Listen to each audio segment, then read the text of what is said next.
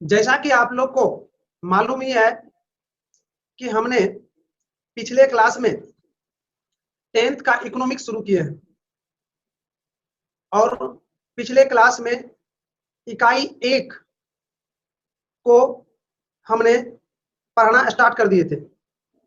उसमें से कुछ भाग को हमने पढ़ा भी दिए और आज शेष भाग होगा। उस शेष भाग में से आज का पॉइंट होगा शायद अर्थव्यवस्था के प्रकार, है ना। आज का पॉइंट होगा अर्थव्यवस्था का प्रकार।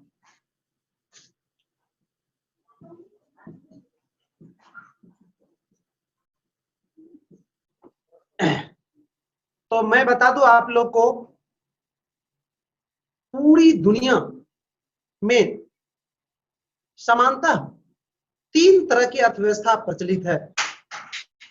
अर्थात हम कह सकते हैं कि वर्तमान समय में विश्व में 3 तरह की अर्थव्यवस्था है। अतः अर्थव्यवस्था के प्रमुख 3 भाग हैं, जिसको हम लिखा रहे हैं, आप लोग भी लिख लीजिए।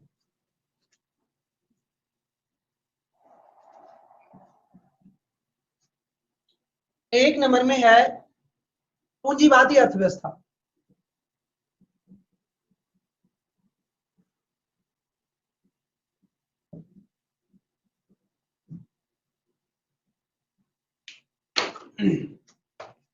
दूसरा नंबर में है समाजवादी अर्थव्यवस्था।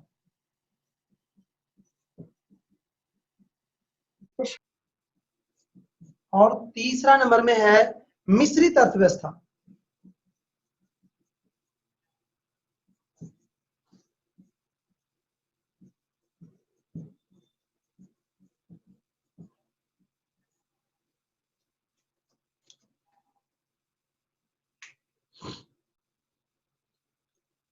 और तीनों अगर लिख लिए हैं तो एक बार तीनों को समझ लीजिए, फिर हम एक एक करके बताएंगे।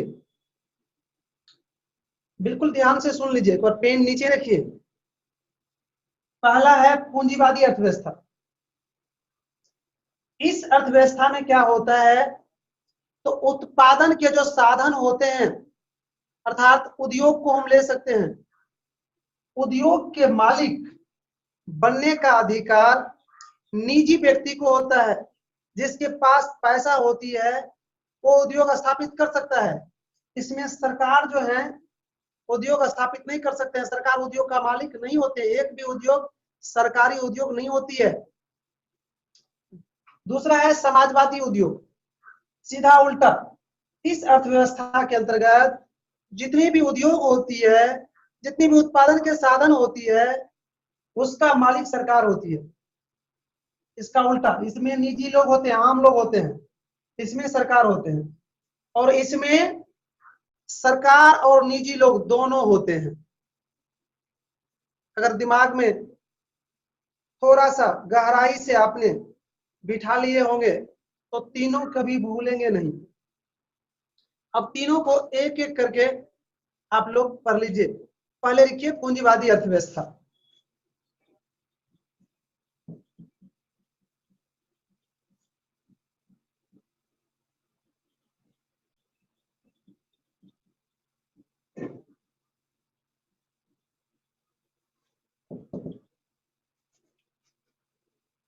अभी अभी इसको हमने समझाया कि इस अर्थव्यवस्था के अंतर्गत उत्पादन के साधनों का मालिक निजी व्यक्ति या पूंजीपतियों को बनने का अधिकार रहता है।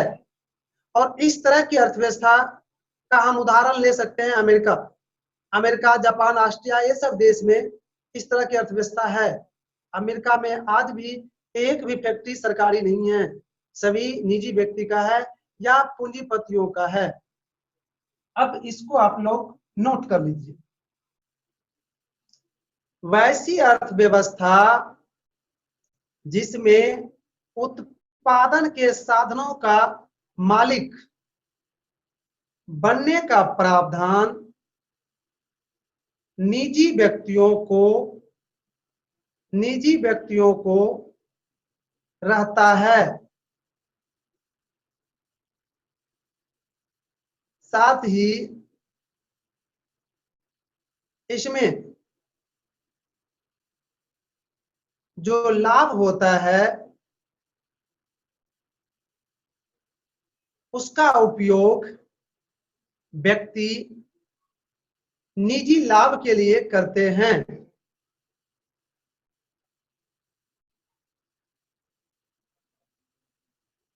जैसे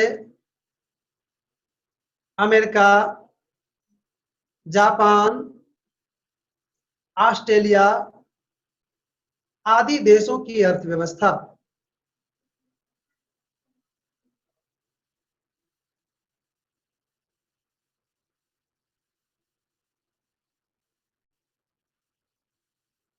तो इस तरह से हमने पूंजीवादी अर्थव्यवस्था को समझाया और लिखाया भी। इसमें अगर किसी तरह का दिक्कत है थोड़ा सा भी तो बताइए। सर एग्जाम्पल में कौन कौन सा देश का नाम बताए? जी एक बार फिर से।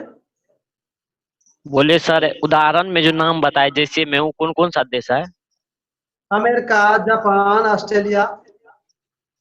ठीक है। और कोई? प्रावधान मतलब क्या होता है सर? जी प्रावधान मतलब क्या होता है? प्रावधान मतलब होता है एक तरह का नियम, जो नियम रहता है। जैसे कि अभी हम ऑनलाइन लाइव क्लास दे रहे हैं आपको, इसमें हमने अभी प्रावधान किए हैं, नियम बनाए हैं कि वीडियो को ऑन रखना। तो ये क्या हो गया? एक तरह से प्रावधान हो गया, एक तरह का नियम हो गया। और कोई किसी भी तरह का दिक्कत है बिल्कुल प्रेम से हम लोग पढ़ेंगे। मतलब सर जी जी बताइए। निजी व्यक्ति मतलब सर? निजी व्यक्ति मतलब आम व्यक्ति हो गया। हम आप जैसे है ना, तो हम आप निजी व्यक्ति हो गए, आम व्यक्ति हो गए। हो गया, आप आगे बढ़े। सर इसमें सरकार को टैक्स नहीं देना पड़ता है? टैक्स तो देना पड़ता है, टैक्स पर ही तो सरकार चलती है ना। लेकिन सरकार इसके मालिक नहीं होते हैं, अर्थात सरकार की एक भी उद्योग नहीं होती है। सरकारी उद्योग इस अर्थव्यवस्था के अंतर्गत नहीं रहती है। अब दूसरा पॉइंट है समाजवादी अर्थव्यवस्था।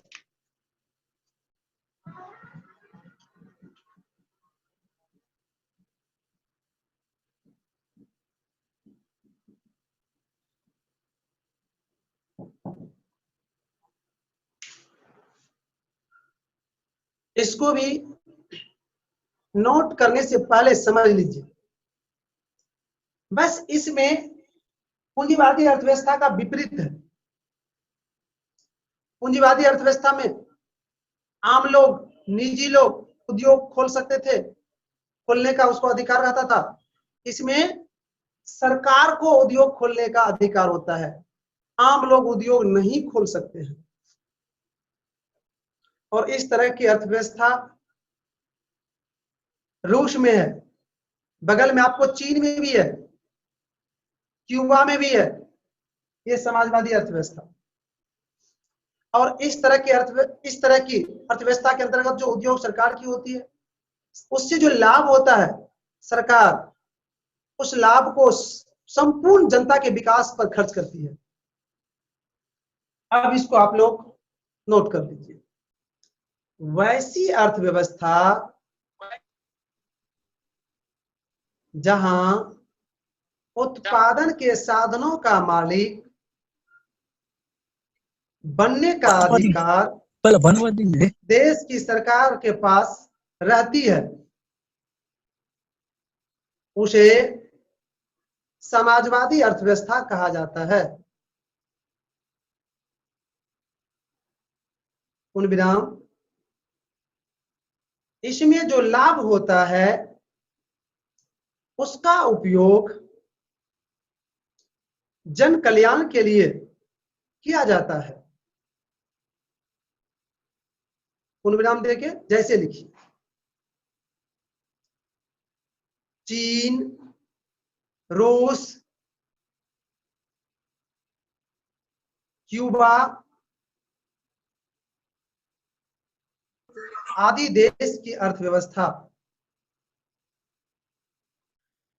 अब आप लोग इसको लिख लिए होंगे और समझ भी गए होंगे। अगर समझने में किसी तरह की दिक्कत है तो पूछिए। कल्याणी मतलब क्या होता है? जी, कल्याणी मतलब कल्याण मतलब होता है भलाई के लिए। अब अगला पॉइंट होगा आपका मिश्रित अर्थव्यवस्था। इसको भी नोट करने से पहले समझ लीजिए। इस अर्थव्यवस्था में उत्पादन के साधन अर्थात उद्योग का मालिक बनने का अधिकार दोनों को होता है, निजी व्यक्ति अर्थात आम लोगों को भी और सरकार को भी। और इस तरह की अर्थव्यवस्था का सबसे बड़ा उदाहरण खुद हमारा देश है, भारत है। भारत में इस तरह की अर्थव्यवस्था है, यहाँ पर आम लोग भी उद्योग के मालिक बन सकते हैं और सरकार भी उद्योग के मालिक बन सकते हैं। तो चलिए इसको अब आप लोग नोट कर लीजिए।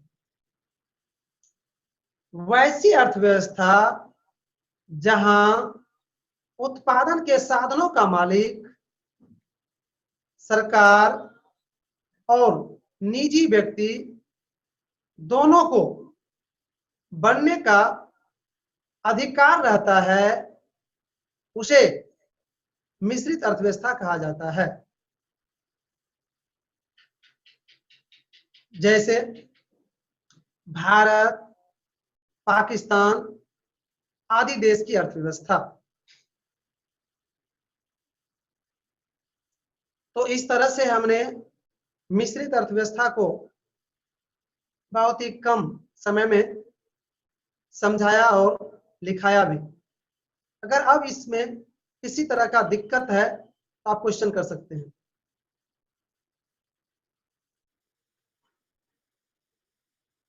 सर जन कल्याण क्या है? जन कल्याण का मतलब होता है लोगों के हित में, लोगों के भलाई के लिए जो काम होता है उसी को जन कल्याण कहा जाता है। हम लोग अगले पॉइंट की ओर बढ़ते हैं। अगला पॉइंट है अर्थव्यवस्था की संरचना या ढांचा।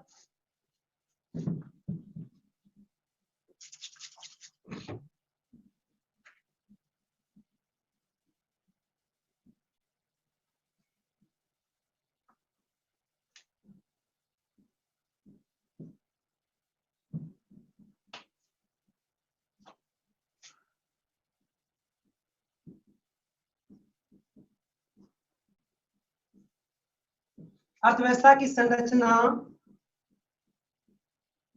या ढांचा।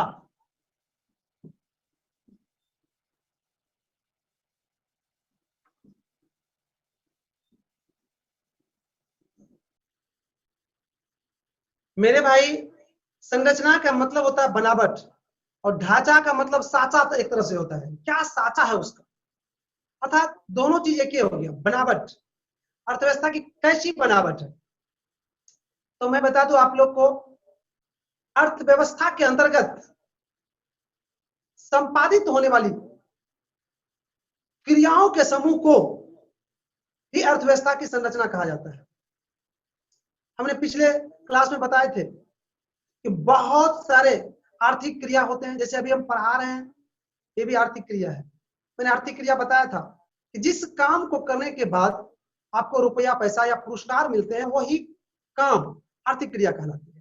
और जितनी भी आर्थिक क्रिया है, बहुत सारी आर्थिक क्रिया है, उन्हीं के समूह को अर्थव्यवस्था की संरचना कहा जाता है। शायद क्लियर हो गया कि अर्थव्यवस्था का संरचना का मतलब विभिन्न तरह के आर्थिक क्रियाओं के समूह से है। अर्थात एक देश में संपादित होने वाली, पूरी होने वाली जितनी भी आर्थिक क्रिया हैं, उसी के समूह को अर्थव्यवस्था की संरचना कहा जाता है। इसको पहले आप लोग नोट कर दीजिए। ऊपर में 2 लाइन बड़ी। अर्थव्यवस्था की संरचना का तात्पर्य अर्थव्यवस्था के अंतर्गत संपादित होने वाले क्रियाओं के समूह से है। इन क्रियाओं को मोटे तौर पर, इन क्रियाओं को मोटे तौर पर 3 भागों में बांटा गया है। 1 नंबर में प्राथमिक क्षेत्र,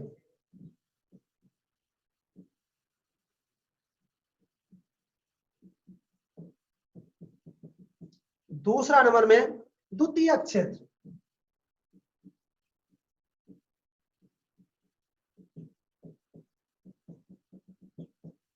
तीसरा नंबर में तृतीयक क्षेत्र या सेवा क्षेत्र।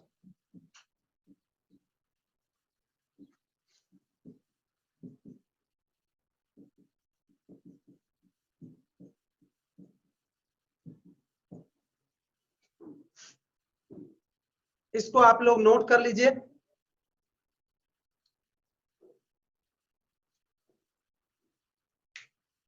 अब थोड़ा सा समझ लीजिए, हमने अभी आपको बताया कि किसी एक देश में जितनी भी आर्थिक क्रिया संपादित होती है उसी के समूह को अर्थव्यवस्था की संरचना कहा जाता है। और देश में संपादित होने वाले जो कार्य है उसको 3 वर्गों में बांटा है गया है। यही तीनों वर्ग हमने बताया, प्राथमिक क्षेत्र, द्वितीयक क्षेत्र और तृतीयक क्षेत्र। इन तीनों को हम एक एक करके पढ़ाएंगे। अगर अब किसी को शायद इसको लिख लिए होंगे आप लोग, अब अगर इस पर किसी तरह का डाउट है तो क्वेश्चन कर सकते हैं। तीनों सर को एक-एक संपादित करके क्या होता है? पढ़ेंगे, करेंगे हम। सर संपादित क्या होता है? संपादित का मतलब होता है पूरा होना। कोई काम जो पूरा होता है या किया जाता है उसी को संपादित कहा जाता है। हाँ, इस टाइप का मतलब